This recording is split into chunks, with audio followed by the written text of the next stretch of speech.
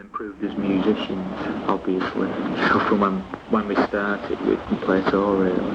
Bernard, the guitarist, had been playing maybe for a few months, and Peter, the bass player, just started straight from scratch. I'd never been in a group before. I think in the beginning it was just something we wanted to do, just to get up there and play. But after about 6 months or so, we started looking at the music and what we wanted to say more seriously. You've been compared to the Banshees, and even more often the Doors.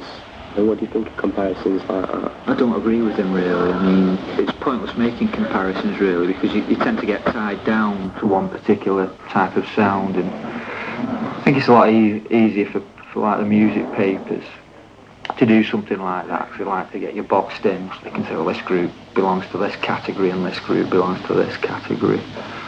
But I'd like to think that we don't belong to any category, that the music we play sort of cuts across different things. So I think, we never have any intention of saying, oh, we want to sound like this or we want to sound like that. It's just what comes out at the time. What sort of influences would you admit to then? The things that influenced me, I think, are mostly people. I can remember some sort of very good friends when I was 16 or so, sort of just really growing up type of thing. And their outlook at that time, well, that sort of our outlooks together sort of shaped my outlook for the next couple of years. If I'm listening to music, it tends to be the person's attitude towards the music they're making that influences more than the actual music that's played. I can remember certain odd singles I remember hearing, a few years ago that remind me of a certain point in time when something happened, and I tend to look on things like that a lot more than, say, a certain artist where I'd say, buy all his LPs and this is a person or this is a music I like. So just odd little things or odd LPs that remind me of certain things or sort of made me think, well, that's right. Something like that. Your lyrics seem to concentrate on industrial or urban decay. Do you think that the band have any sort of antidotes, or are you just report on it? Personally, I wouldn't say that we deal too much in that. The way I look at it, from the way I write, I think it's more to do with sort of personal relations and the way people can cope with certain things, within that. Tend to be more interested in people and how they look at things in a different way. Sort of different people can cope with certain problems and how they can adapt and such like. I don't like grouping things together more. I prefer to think of everyone as an individual really. I can see different things cropping up in sort of different people's lives or whatever that are totally different from other people. I wouldn't like to sort of make a statement on sort of a vast subject. What sort of relationship do you have with other Manchester bands? We tend to be pretty isolated now really. Apart from the Factory groups, we have a lot to do with the other groups on Factory. So we tend to play a lot of gigs with them. And there's other things like the Durruti Column LP, the Sandpaper Sleeve. We stuck that on. So everyone's there, everyone meets each other with that. But groups like the Buzzcocks, we knew them when we started really. When we sort of see them, we talk to them. It's not very often. So we'd like to, see a lot more of other Manchester groups, I think. Any other groups in general. Really. Yeah, I mean, what do you think of the sort of state of New Wave? I don't know, I think a lot of it tends to have lost its edge, really. There's quite a few newer groups that I've heard odd records of or have seen maybe. Such as? What do you think? I think it's mostly all Factory groups really. I like the groups on Factory, Certain Ratio and Section 25. I tend not to listen, when I'm listening to records, I don't listen to much new wave stuff. I tend to listen to stuff I used to listen to a few years back. Sort of odd singles.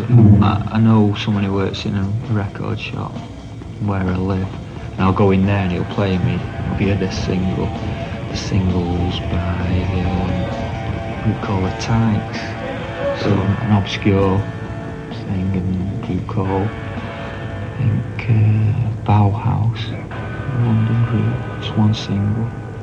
There's no one I completely like. I could never say really I like such and such a group, because there's always something I don't like about them. Funny really. I can pick out odd tracks or odd albums or singles, but it'll end at that. There's no one I completely like that I can say, well, I've got all this person's record and I think he's great, or this group's record. It's just odd things that I like. Do you have any Plans of gigging outside this country? I mean, lots of bands seem to be content to play the venues about this country. Do you have any plans outside it? We've played in Europe already, in Holland and Germany, and we are going to America. We're only going for, I think they wanted us to go for about 3 months or something, but we're only going for about 2 weeks, 3 weeks, and Rough Trade will probably be organising that. I think we're going with Cabaret Volta. Like them. They're a good group. I forgot about that. But we tend to do what we want really. We play the music we want to play and we play the places we want to play. I'd hate to be on the usual record company where it's sort of you get an album out, you do a tour, you do all the Odeons and this, that and the others. You just couldn't do that at all. So we had experience of that supporting the Buzzcocks. It was really soul destroying, at the end of it. We said we'd never tour, and we'll never do a tour, I don't think, or if we do, it will not be longer than about 2 weeks. Playing sort of a mixture of large and small venues, all unseated. Yeah, what is your sort of relationship with Factory Records? It's very good, sort of friends, everyone knows each other. It's all 50-50. Everything's split. Doesn't it seem a bit insular sort of thing with Factory sort of set up? Don't know, I suppose to someone looking at it from the outside, I suppose it is really. They're not pressurised into having to sign, like get a normal record company. They're always looking for the next group, the next big thing, to bring the record sales in, for them to promote and everything. But Factory just sign who they want to, put records by whom they want to out, package it how they want to, how they like doing it. It's just run like that. You might get sort of a spurt of 3 singles out, you might not see anything for the next 6 months, I like the relationship. A couple of tracks on some third Fasticon, was it? Or was it second Fasticon? It's the second one, yeah. How did you get involved with FAS, an Edinburgh company? Yeah, it was when we started playing, we played a few days with the Rosillos. Bob Last was the manager at the time, and he talked then about setting up his own record label, and he wanted us to do a single for him. But due to other Factory coming along and other things, and he did, I think it was a Gang of Four and the Human League first, and got sort of tied in in a management way with the Human League. I think he manages, and maybe another one. Yeah. It never came about. When we were doing the album, we had quite a few tracks left over. We recorded 16 in all, and just took 10. And our manager Rob Gretton had talked to him about certain things. We'd always sort of kept in touch. He mentioned his idea for ACOM, and we just offered him, the 2 tracks to put out on that, because we like to get sort of everything we record out one way or another. Like we've done the ACOM, we're doing it Sordid Sentimental thing, which is a French limited edition magazine come record thing. There's 2 tracks on that that'll be coming out, but won't be on an album or a single. Just that we like getting, you know, as much stuff out as we can, really, in some form or another. You know, it's often hard with factory because obviously they're limited financially. I mean, they can't just put out a record, you know, when they've got other things planned. And if it doesn't, with no room on the LP, then we tend to look for other outlets for them, really. See what we can do. Where do you see, or where do you feel you want Joy Division to end or go to? I just want to carry on the way we are, I think. Just, basically, we want to play and enjoy what we like playing.